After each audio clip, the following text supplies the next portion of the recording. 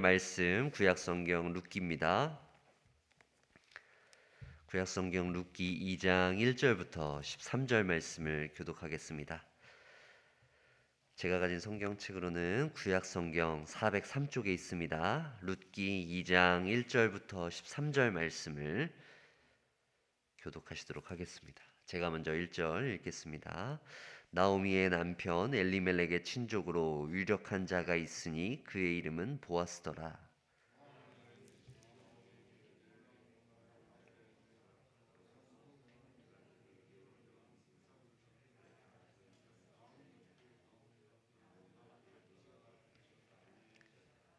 룻이 가서 베는 자를 따라 밭에서 이삭을 줍는데 우연히 엘리멜렉의 친족 보아스에게 속한 밭에 이르렀더라.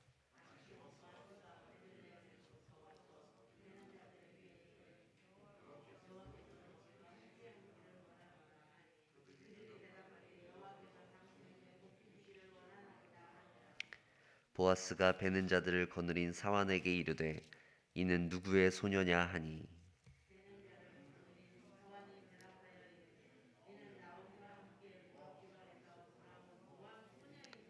그의 말이 나로 베는 자를 따라 단 사이에서 이삭을 줍게 하소서 하였고 아침부터 와서는 잠시 집에서 쉰 외에 지금까지 계속하는 중이니이다.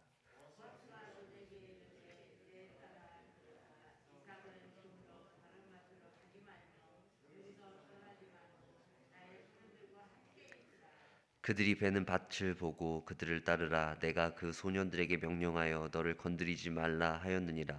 목이 마르거든 그릇에 가서 소년들이 길어온 것을 마실지니라 하는지라.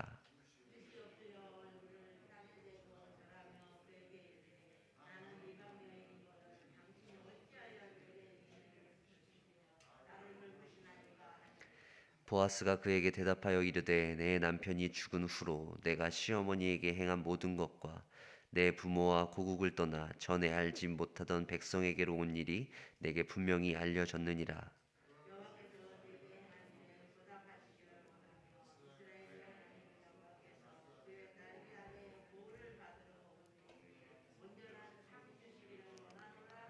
함께 읽겠습니다. 룻이 이르되 내 주여 내가 당신께 은혜 있기를 원하나이다. 나는 당신의 하녀 중에 하나와도 같지 못하오나 당신이 이 하녀를 위로하시고 마음을 기쁘게 하는 말씀을 하셨나이다 하니라. 아멘. 저희가 오늘 살펴볼 말씀은 룻기 2장 말씀인데요. 오늘 본문의 내용은 두 가지죠. 룻과 보아스가 첫 만남을 갖게 되는 것입니다. 1절부터 7절 내용이고요. 두 번째로는 롯이 이제 보아스로부터 넘치는 호의를 받는 내용이 8절부터 13절까지 기록되어져 있어요. 룻은 시어머니를 따라서 고향을 떠났죠. 모압이라고 하는 곳을 떠나서 시어머니의 고향으로 오게 되죠. 이 낯선 이방 땅이에요. 그곳에서 살아간다는 것이 참 쉽지 않았을 것입니다. 또 그런 상황에서 남편도 없었죠. 그런 룻에게 보아스가 베풀어준 커다란 호의는 그녀를 감동시키게 되고 큰 위로를 얻게 해주죠. 마음의 기쁨도 넘치게 해줍니다. 생계에 대한 걱정 그리고 불안, 염려로 인해서 마음의 여유는커녕 물 한 모금도 마실 시간도 없이 룻은 정말 열심히 일할 수밖에 없었어요. 그런 룻에게 보아스는 너그럽게 대해주고 관용을 베풀어 줍니다. 룻과 보아스의 만남을 통해서 우리는 그들을 통해서 역사하시는 하나님의 모습을 보게 돼요. 하나님의 섭리하심, 하나님의 일하심, 하나님의 역사는 크고 놀랍습니다. 하나님의 역사하심은 우리의 생각과는 전혀 다른 방향으로 진행될 때가 많아요. 미처 우리가 생각하지 못한 방법과 수단으로 하나님께서는 우리의 삶을 인도하십니다. 그를 통해서 하나님께서 그 모든 일 가운데 영광 받으시고 하나님 자신이 천지의 창조주이시며 구속주이시고 심판주라는 사실을 모든 사람들에게 알려주시죠. 저희는 이 룻기 본문을 통해서 우리의 삶 가운데 룻기와 보아스, 룻과 보아스라고 하는 사람들에게만 역사하시는 하나님이 아니라 오늘날에도 우리가 살고 있는 이 시대 가운데에서도 여전히 일하고 계시는 하나님을 발견할 수 있게 됩니다. 오늘 우리 성도님들 모두 그 하나님의 역사하심을 경험하시길 소망하는데요. 먼저 오늘 우리 본문에서 살펴볼 한 가지 내용은 이 롯이 가지고 있는 어떤 삶에 대한 태도입니다. 2절 말씀을 보세요. 모압 여인 룻이 나오미에게 이르되 원하건대 내가 밭으로 가서 내가 누구에게 은혜를 입으면 그를 따라서 이삭을 주겠나이다 하니 나오미가 그에게 이르되 내 따라 갈지어다 하매.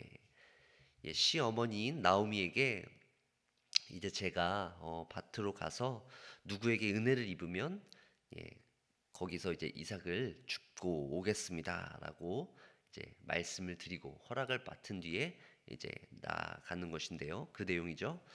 이제 남편을 잃고 낯선 땅에서 생활하고 있는 그 여인의 태도치고는 좀 굉장히 적극적이고 당당한 모습이에요.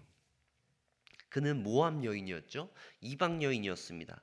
하지만 타국에서 그는 은혜를 입기를 간절히 원했어요.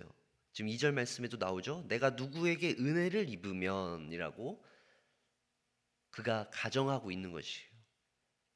자신의 힘으로 살아가는 사람들과는 전혀 다른 어떤 신앙을 가지고 있는 여인의 모습이었죠. 바로 그게 룻의 모습입니다. 룻은 이렇게 당당하고 적극적으로 살아가기보다는 막 현실을 부정하고 자신에게 벌어진 이런 일들에 대해서 막 비관적으로 생각하고 막 부정적으로 여길 수 있잖아요.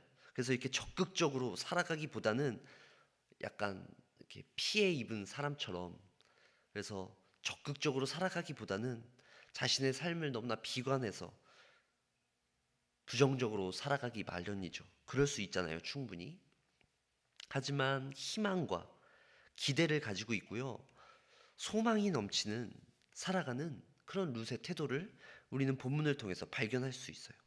우리 성도들 역시 이런 룻의 모습과 같아야 한다는 것이죠. 삶의 태도가 그래야 한다는 것입니다. 우리 성도들은 상처를 입게 되죠. 세상을 살다가 또 신앙생활을 하다 보면 크고 작은 상처를 입게 돼요.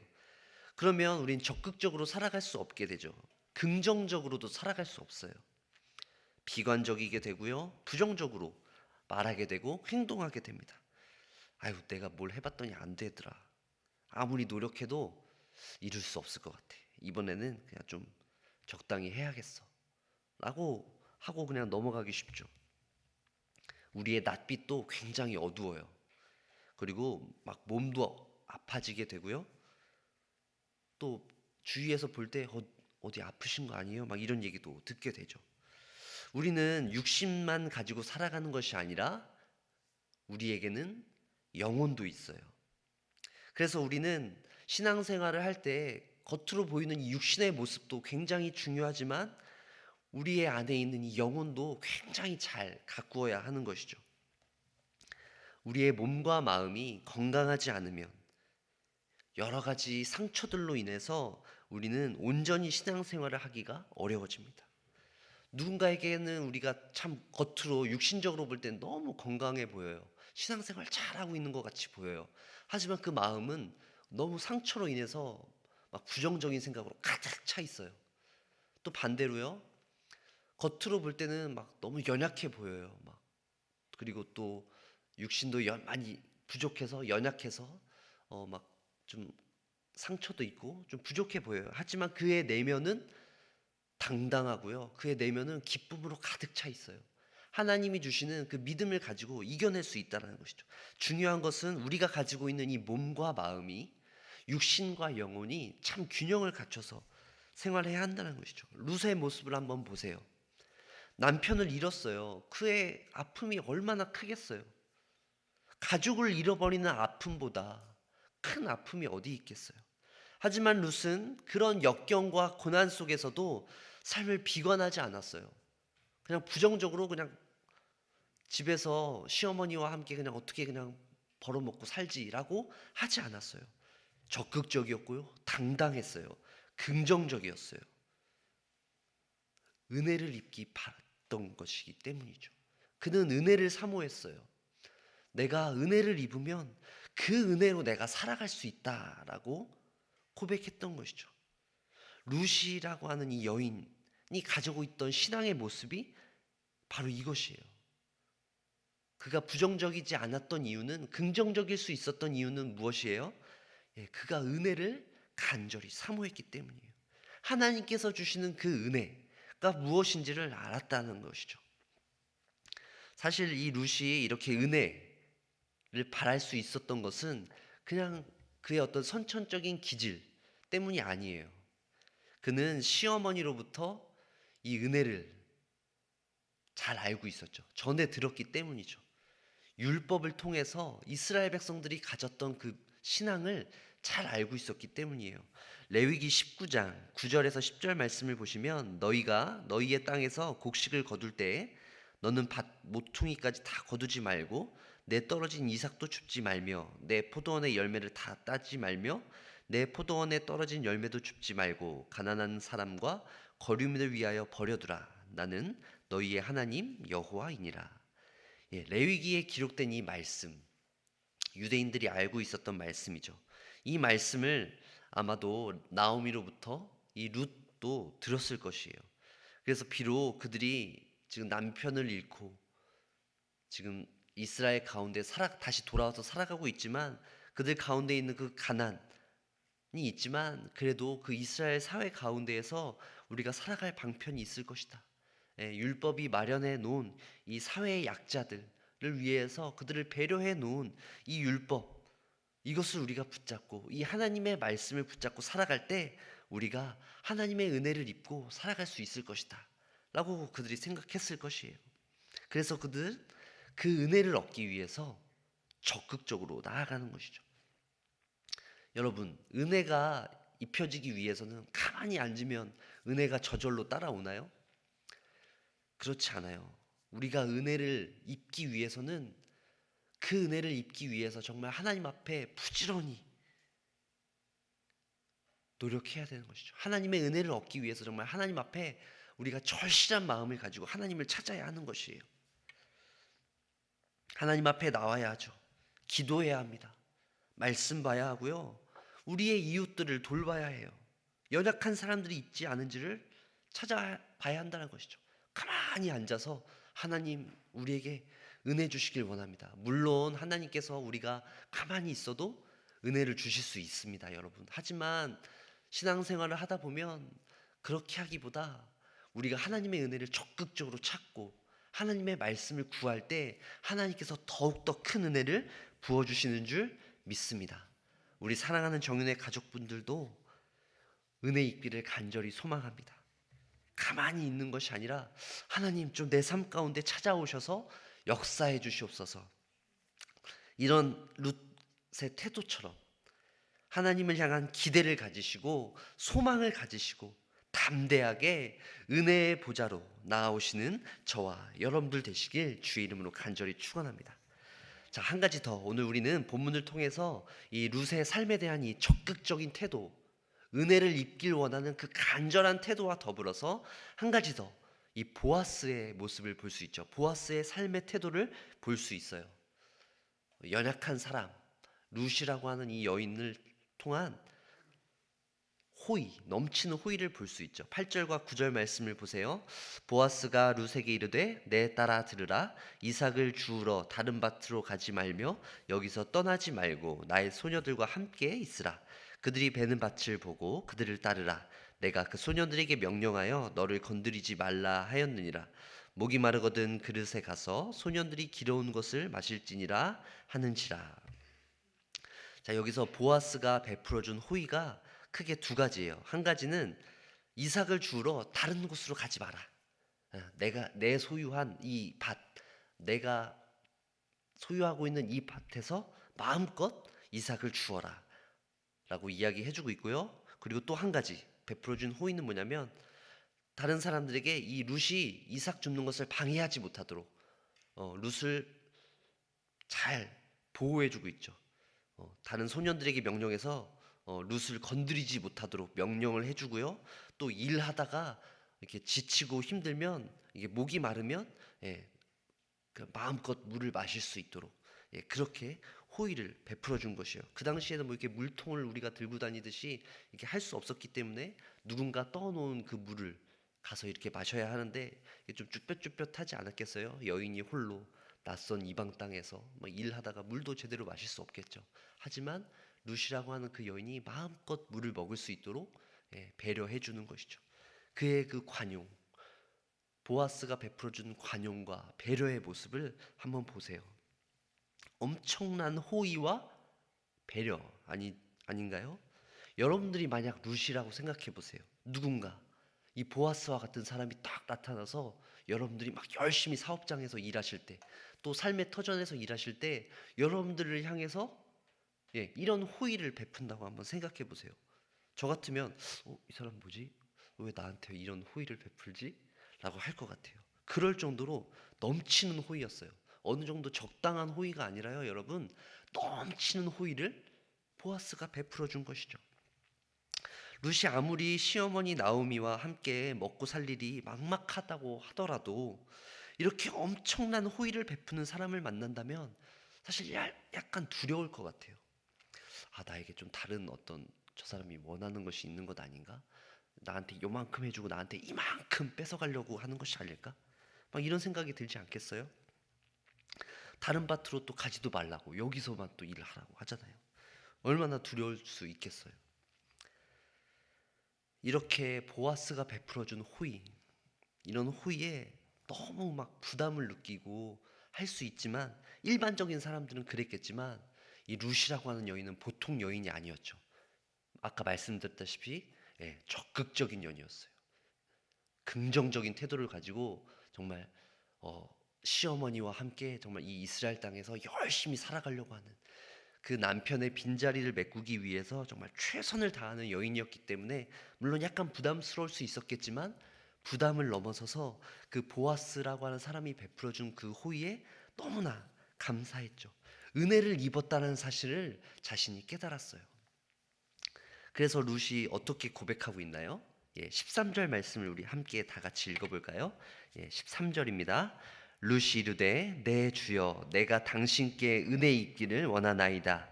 나는 당신의 하녀 중에 하나와도 같지 못하오나 당신이 이 하녀를 위로하시고 마음을 기쁘게 하는 말씀을 하셨나이다 하니라. 아멘. 룻은 자신이 은혜를 입고 있다는 사실, 그것을 깨달았던 것이죠. 사실 이 보아스가 은혜를 주신 것이지만 사실 룻은 보아스를 넘어서 하나님께서 자신에게 은혜를 주신다라는 것을 깨달았을 것이에요. 그가 베풀어준 그 은혜를 깨닫고 있는 것이죠. 룻의 그 마음 가운데 찾아온 그 감동과 기쁨이 바로 그런 것이죠. 12절 말씀도 한번 보세요. 여호와께서 내가 행한 일을 보답하시기를 원하며 이스라엘 하나님 여호와께서 그의 날개 아래에 보호를 받으러 온 내게 온전한 상 주시기를 원하노라 하는지라. 이 말은 그 보아스의 말인데요. 룻이 행한 일, 어떤 일인가요? 시어머니를 모시고 고국 땅으로 돌아오고 또 그 룻이 자신의 그 부모와 이별을 하고 이 머나먼 타국으로 떠나온 그 일에 대해서 하나님께서 보답하시기를 원한다. 이스라엘의 하나님 여호와께서 그의 날개 아래 보호를 받으러 온 너에게, 룻 너에게 온전한 상 주시기를 원하노라 라고 보아스가 얘기하고 있는 것이에요. 제가 만약에 룻이었다면 이게 보아스의 음성이었다기보다는 하나님께서 주시는 그 음성처럼 들렸을 것이죠. 보아스는 이렇게 룻에게 정말 그 마음에 우러나와서 이야기하였지만 이 룻은 그것이 하나님의 음성처럼 들려질 수밖에 없었어요. 그리고 룻은 그 행동을 통해서 그가 하나님께서 정말 상 받을 만큼, 하나님께 상을 받을 만큼 자신이 어떠한 행동을 했다라는 것도 깨닫게 된 것이죠. 하나님께서는 그 룻의 행동을 믿음으로 여겨주셨고 그에게 엄청난 상을 주셨어요. 그 상이 무엇일까요? 단순히 보아스가 베풀어준 그 호의, 적당한 호의일까요? 안정적인 일자리, 그리고 좀 평탄한 삶일까요? 그리고 그 이후에 우리가 말씀을 보면 이제 룻이 보아스와 함께 결혼을 하게 되고 뭐 이런 것들일까요? 그것에서 끝나지 않죠. 룻이 나중에 누구의 조상이 되나요? 예, 다윗의 조상이 되는 것이죠. 그리고 결국 예수 그리스도까지 그 족보 안에, 예수 그리스도라고 하는 그 가족, 은혜의 울타리 안에 거하게 되는 놀라운 상급을 받게 되는 것 아니겠어요? 룻이 보여준 그 행동은 단순히 시어머니만 모시고 사는 행동에서 끝나는 것이 아니라 여호와의 날개 아래, 여호와의 그 날개, 여호와의 그 품 안으로 들어오는 그러한 행동이라는 것을 우리는 오늘 본문을 통해서 알 수 있는 것입니다. 사랑하는 정윤의 가족 여러분, 오늘 우리 본문을 읽으면서 우리는 여호와의 날개 아래로 나아가길 소망합니다. 여호와의 품 안으로 안기시길 바랍니다. 세상을 살면서 여러분들을 힘들게 하는 수많은 그 어려움들을 여러분들이 맞닥뜨릴 때 여러분들이 가셔야 할 곳, 여러분들이 피해야 할 곳, 그곳은 한 곳입니다. 어디일까요?